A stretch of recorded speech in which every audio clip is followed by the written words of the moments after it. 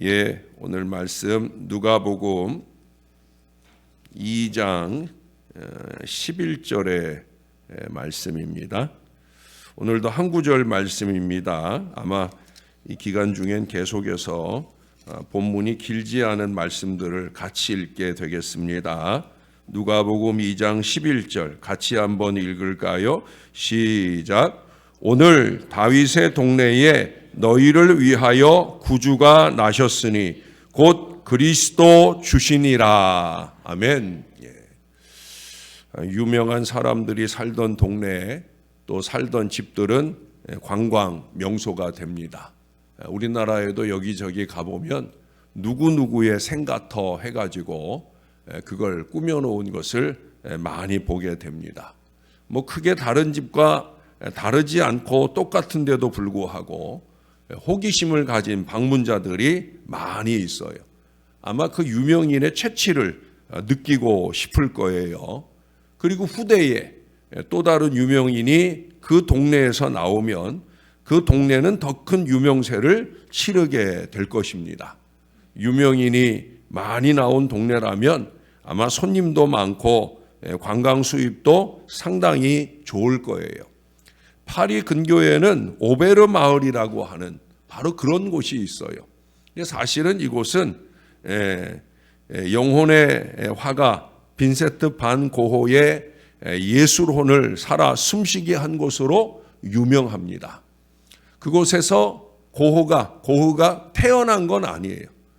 그곳에서 아주 짧은 기간을 살아요. 1890년 그는 이곳에서 37의 짧은 생애에서 마지막 창작의 열정을 불태우게 됩니다. 그곳에 머문 기간은 불과 70일밖에 안 돼요. 그런데 놀라운 것은요, 그 70일 기간이었는데도 불구하고 무려 70점의 유화와 30점의 대생, 애칭 한 점을 남겼다는 거예요. 이건 뭐 전무후무한 기록일 거예요. 대단한 작품 활동이 그 기간 중에 이루어졌어요. 그야말로 그의 예술혼이 뜨겁게 불태워졌던 곳, 그래서 오베르 마을은 유명합니다. 그 마을 여기저기에 바로 이 고흐의 작품들이 여기저기 세워져 있는 걸 보게 됩니다. 물론 진짜 작품은 아니지만 어떻든 그곳에 그 지역에서 그 고흐가 그렸다라고 하는 그런 그림들을 많이 찾아볼 수가 있습니다. 그의 모든 것을 다 쏟아 부었다는 거죠. 어쩌면 그래서 그 짧은 나이 37에 세상을 떠나게 되지 않았을까. 그러나 그곳은 그래서 아주 유명한 곳이 되어집니다. 시간 여유를 가지고 프랑스를 방문하는 사람이라면 거의 대부분 이 오베르 마을을 찾아가게 됩니다.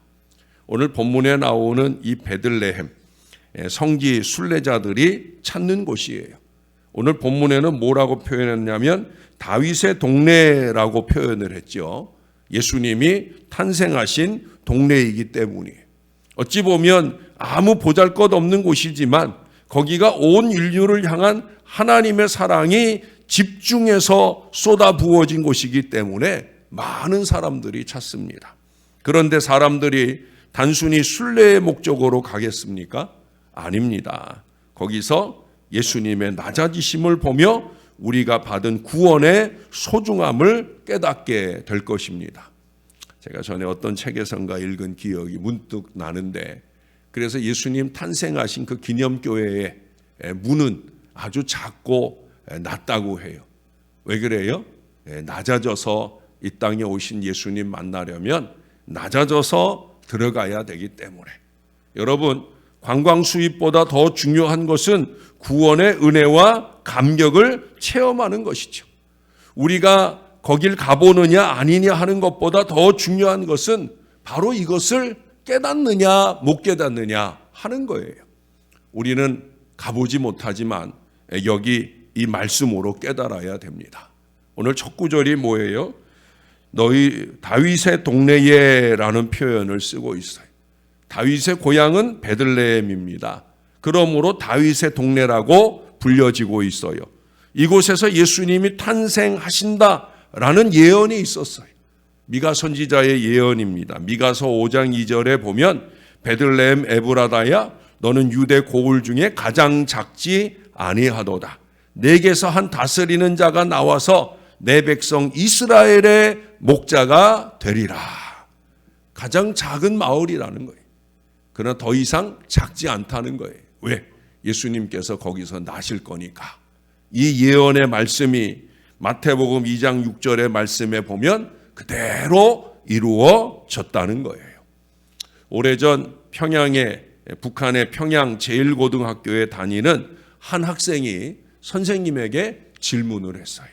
선생님, 어제 수업 시간에 인간의 시조는 유인원이라고 하셨는데 그러면 위대한 김정일 장군님도 잿내비 아세요? 원숭이에서 진화한 건가요? 라고 물었어요. 이 질문에 대하여 선생님은 단호하게 대답을 합니다. 장군님만 빼고! 라고 대답을 했어요. 예, 빼긴 뭘 뺍니까? 예? 이게 진화론의 한계이고요. 이게 김정일이나 김정은의 한계이기도 한 것을 우리에게 보여줍니다. 그러나 우리 예수님은 다윗의 자손으로 오셨습니다. 그걸 부끄러워하지 않으십니다. 철저히 인간으로 이 땅에 오셨음을 보여주는 말씀이에요. 우리의 구원을 위해 기꺼이 낮아지셨다는 거예요. 예수님 만난 사람 중에 예수님을 향해 다윗의 자손으로 부른 이들이 많이 등장을 합니다. 복음서에 보면은 많은 사람들이 다윗의 자손 예수여 이 표현을 써요. 다윗의 자손, 다윗의 자손. 제이 러스키는 참된 위인의 최초의 시험은 그 겸손함에 있다. 겸손함이 위대함이라는 거예요. 이 세상에 주님만큼 겸손한 분이 없었습니다. 이 다윗의 자손이라는 이 표현은 바로 최고의 겸손을 상징하는 말씀이에요. 철저히 낮아지셔서 우리 보잘것없는 인간의 몸으로 이 땅에 오셨다라는 거예요. 또한 그것은 이스라엘 사람들에게 최고의 존칭이기도 합니다. 왜 그래요? 왕, 예수님이 왕의 후손이라는 거죠. 유대인의 정통성을 가졌다라는 고백입니다. 그렇기 때문에 예수님을 향한 존경의 표시로서 다윗의 자손 예수여라고 부르는 거예요. 예수님이 능력을 가지신 분이다라는 고백이 그 안에 담겨 있어요. 예수님은 다윗의 자손으로서 참 사람이 되셨다라는 사실이에요. 그 다음에 뭐라고 말씀합니까? 너희를 위하여 구주가 나셨다. 너희가 누구예요? 우리들이죠. 우리를 위하여 구주가 나셨다. 예수님이 그렇게 친히 사람의 모습으로 이 땅에 오신 목적이 무엇이냐? 요한복음 3장 16절에 의하면 하나님 아버지의 보내심을 받아 오셨다. 아버지의 사랑을 우리에게 완성하시려고 오셨다. 그보다 더 중요한 거. 우리로 하여금 영생을 얻게 하시려고 오셨다라고 하는. 예수님이 이 땅에 오심은 누구에게 유익이 되었는가? 여러분 잊지 마십시오. 이미 잊지 않고 계실 거예요. 다름 아닌 바로 우리들이에요. 오늘 본문에 분명히 말하잖아요. 너희를 위하여. 물론 지금 이 본문 속에서는 목자들, 그들을 향해 주시는 말씀이지만 그것은 목자들에게만 주시는 말씀이 아니에요. 이 새벽을 깨우고 이 말씀을 받는 저와 여러분을 위해 우리 주님이 오신 줄로 믿습니다. 천사가 말한 것처럼 우리를 위해 예수님이 오셨어요. 우리는 우리 주님의 목적입니다. 목적. 얼마나 영광스러운 일입니까? 예수님이 사람으로 나셨습니다. 하지만 어느 날 갑자기 하늘에서 떨어지지 않았어요. 어제 새벽에 본 대로 동정녀 마리아의 몸에서 나셨습니다. 아기 예수로 오셨습니다. 그 예수님이 오신 그 소식은 우리에게 구원을 알려주는 기쁨의 소식, 곧 복음입니다. 그러므로 천사들이 목자들에게 알려줍니다. 우리가 이 소식을 들었습니다. 하나님께서 우리의 구원을 위해 본격적으로 일했다는 이 사실을 깨닫게 됩니다. 성경은 이러한 하나님의 적극적인 구원의 활약을 권고라는 말씀으로 표현을 합니다.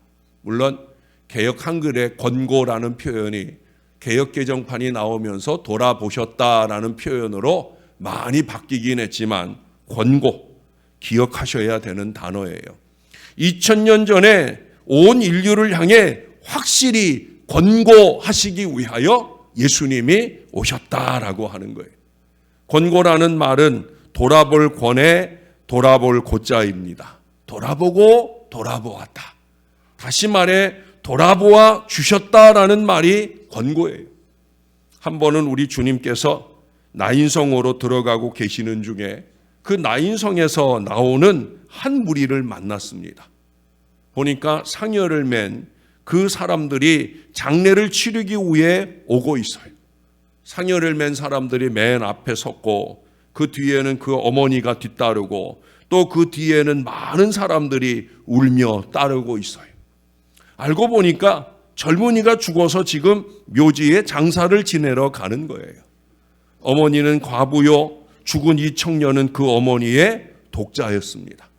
이때 그 많은 사람들이 와서 얼마나 많은 위로를 며칠 동안 했겠습니까? 그러나 그 위로가 되었겠습니까? 아무 위로가 되지 못했을 거예요. 예수님께서 그 과부를 보시고 불쌍히 여기셨어요. 예수님께서 불쌍히 여기시면 반드시 죽음의 길에도 살 길이 열릴 줄로 믿습니다. 그러나 예수님이 괘씸하다 여기시면 아무리 좋은 자리에 앉고 온갖 좋은 것을 다 가졌다 할지라도 그 인생이 끝나는 그것은 시간 문제예요. 누가복음 12장의 예수님의 비유 속에서 우리는 그것을 잊지 말아야 됩니다. 그런데 예수님께서 불쌍히 여기셨다는 거예요. 여자가 과부가 되었다는 것만으로도 불쌍한데 온갖 정성을 다 바치고 희망을 삼고 키웠던 그 아들이 청년이 되어서 이제는 다 됐다라고 생각할 즈음에 이 아들이 죽어버렸다. 예? 이건 뭐 과부가 아니라도 크게 슬프고 어려운 일일 거예요.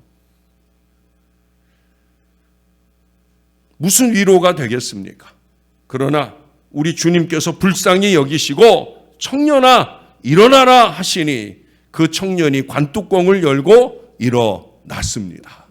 이것이 진짜 위로 아니겠어요? 이제는 공동묘지로 장례를 치르러 갈 필요가 없게 되었다는 거예요. 그 무리들이 돌아서서 집으로 갔습니다.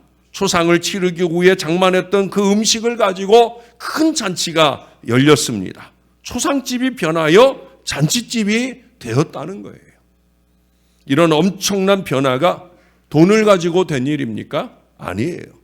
뭐 어디 가서 공로를 세우고 대가로 받은 것입니까? 아닙니다. 전적으로 우리 예수님의 은혜요, 예수님 덕분이에요. 그때 거기에 모인 사람들이 하나같이 한 말이 뭔지 아십니까? 하나님께서 자기의 백성을 돌아보셨다. 할렐루야. 하나님이 자기 백성을 돌아보셨다. 바로 이 말이 오늘 제가 말씀드리는 권고입니다. 하나님께서 돌아보시는 날, 우리 예수님께서 권고하시는 날, 초상집이 변하여 잔치집이 되는 엄청난 기적이 일어났습니다. 하나님의 돌보심이 이렇게 귀한 거예요. 우리가 누군가를 위하여 중보 기도를 하잖아요. 그것은 무엇을 기도하는 거예요? 하나님이 권고해 주시라는 거죠. 하나님 아무개를 돌아보아 주십시오라는 기도를 하는 거예요. 왜? 하나님이 돌아보시면 그러면 다 해결되는 일이니까. 분명히 나인성 과부에게 주어진 선물은 권고의 선물입니다. 우리 주님이 나를 위해 베들레헴에서 나신 일은 최고의 권고인 줄로 믿습니다. 우리는 언제나 이 권고의 대상이에요. 할렐루야. 나는 주님의 권고의 대상이다. 잊지 마셔요. 아무리 힘들고 괴롭고 어려운 일이 있어도 나 인생의 가장 큰 어려움을 겪은 이 과부에게도 하나님이 돌아보실 때 권고하실 때 위로받고 힘을 낸 것처럼 저와 여러분도 주님의 위로로 새 힘을 내는 하나님의 사람들 되시기를 주님의 이름으로 축원합니다. 여러분, 예수님은 그렇게 우리에게 구원을 가져다 주셨어요. 그분은 그리스도입니다. 그리스도가 뭐예요? 메시아죠. 메시아. 여기 마지막 말씀이 그거잖아요. 구주가 나셨다. 곧 그리스도 주시다. 같은 말을 3번이나 반복하고 있는 거예요. 구주, 그리스도, 주. 예수님은 바로 그런 분으로 우리에게 오신 메시아예요. 이스라엘 백성들이 기다리던 메시아예요. 암흑의 세상에 빛을 주시는 메시아예요. 절망으로 헤매는 사람들에게 소망을 주시는 바로 그런 주님이셔요. 지옥에 갈 사람들에게 천국의 길로 오신 줄로 믿습니다. 우리를 구원하시는 주님으로 이 땅에 오셨다는 거예요. 그리스도는 하나님에 의해 선택된 분이에요. 그리스도가 무슨 뜻이라고 그랬어요? 기름 부음 받은 자. 누가 기름 부음 받아요? 왕이 기름 부음 받고 선지자가 기름 부음 받고 제사장이 기름 부음 받아요. 아무에게나 아니에요. 하나님이 선택하신 다윗에게 또 사무엘에게 그렇게 하나님이 기름을 부어서 사용하셔요. 여러분, 우리 예수님이 우리의 구원을 위해서 선택되셨어요. 선택받은 그 길이 고난의 길, 십자가의 길이었지만 예수님은 우리의 구원을 위해 기꺼이 그 길을 걸으셨어요. 하나님의 아들이지만 낮은 곳에서 감당해내셨어요. 우리를 위해 그리스도로서의 그 일을 온전히 이루셨다는 거예요. 베들레헴에 나시고 말구유에 나시고 구원을 이루신 우리 주님은 우리의 주님이셔요. D.L. 무디는 말했어요.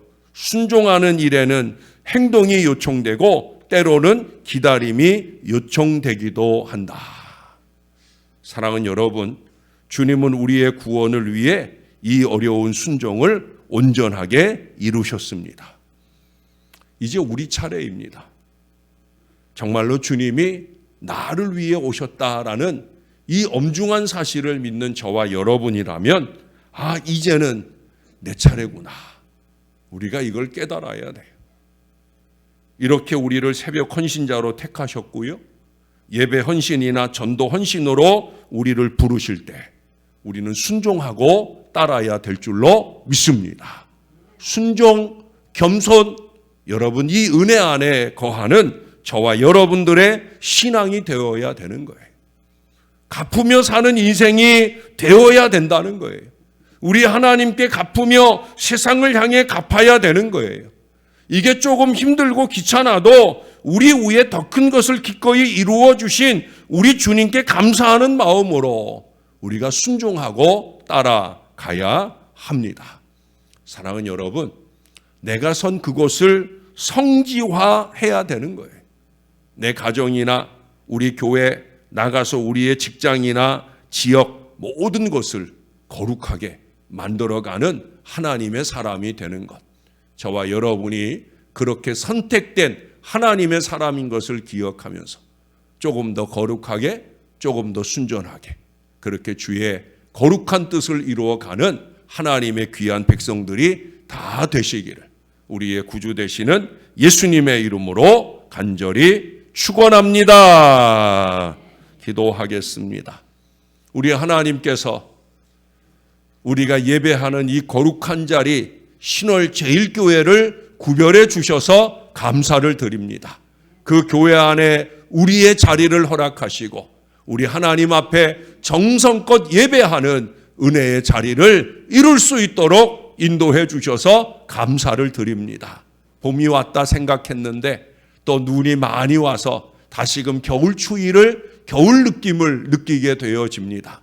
그러할지라도 우리는 여전히 새벽길을 가르고 우리 주님의 존전에 와 우리 주님과 동행하는 은혜의 새벽을 깨웠습니다. 우리가 잘나고 대단해서가 아니라 주님이 우리를 선택하고 부르신 줄로 믿습니다. 부르신 그 자리에 우리의 거룩한 자리가 늘 세워지게 도와 주시옵소서. 우리가 예배하는 그 자리 신월제일교회를 거룩하게 만들어 주시옵소서. 이곳에서 예배하는 주의 모든 백성들이 각자의 자리에 흩어졌을 때 그 가정을 거룩하게 하고 그 직장을 거룩하게 하고 그 만나는 사람들을 예수 믿어 거룩하게 하는 일에 쓰임받는 하나님의 사람들이 되게 하여 주시옵소서. 우리를 위하여 구주 예수님이 권고하고 이 땅에 오셨사오니 하나님 우리도 돌아보게 하옵소서. 여기저기 구원받지 못해 죽어져가는 영혼을 돌아보며 우리도 하나님이 그들을 권고하시도록 최선의 노력을 갚으며 살아가는 하나님의 사람들 되게 하여 주시옵소서. 우리도 더 겸손하게 하시고 더 순종하게 하셔서 아버지 하나님 거룩한 뜻을 힘있게 이루어내므로 우리 하나님께 온전히 영광되는 신실한 믿음의 삶을 잘 살아낼 수 있도록 은혜를 베풀어 주시옵소서. 이번 주일에 중요한 시험을 앞두고 있는 자녀들이 있습니다. 주님이 꼭 붙들어 주시고 마지막까지 지혜를, 담대함을 큰 은혜로 부어주셔서 좋은 결실을 맺게 도와 주옵소서. 내일과 모레에 걸쳐 이제 병상을 극복하고 회복하여 퇴원하는 주의 자녀들이 있사오니 온전한 치유로 건강하게 도와 주옵소서. 눈길에 가는 이 사랑하는 주의 자녀들 가는 걸음을 안전히 지켜주시고 오늘 하루도 예수님과 동행하는 우리 걸음 되도록 축복해 주시옵소서. 감사합니다. 예수님 이름으로 기도합니다. 아멘.